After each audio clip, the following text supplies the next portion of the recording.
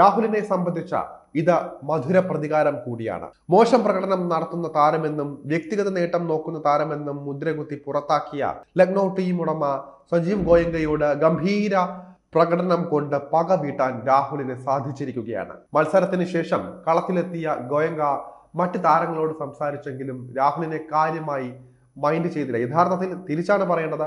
ഗോയങ്ക സംസാരിക്കാൻ ശ്രമിക്കവേ രാഹുൽ കൈ മാത്രം കൊടുത്ത് പെട്ടെന്ന് കടന്നു പോകുന്നതാണ് കാണുന്നത്.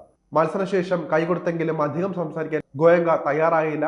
എന്തോ മടിയുള്ളതുപോലെ പ്രകടമായിരുന്നു. ഒരു ഇളിബിനായുള്ള ഒരു ചിരിയെല്ലാം ഗോയങ്കയുടെ ഭാഗത്തു നിന്നുണ്ടായി. രാഹുൽ കൈകൊടുത്ത ശേഷം അടുത്ത ആളിലേക്ക് പോകുന്നതാണ് കണ്ടത്. എന്തോ പറയാൻ മുതിരവേ അത് ശ്രദ്ധിക്കാതെ, ഗോയങ്കയെ ശ്രദ്ധിക്കാതെ രാഹുൽ കടന്നു പോകുന്നതാണ് കാണാൻ കഴിയുന്നത്. 3 വർഷം ലക്നൌവിന്റെ ഭാഗമായിരുന്ന താരമായിരുന്നു രാഹുൽ.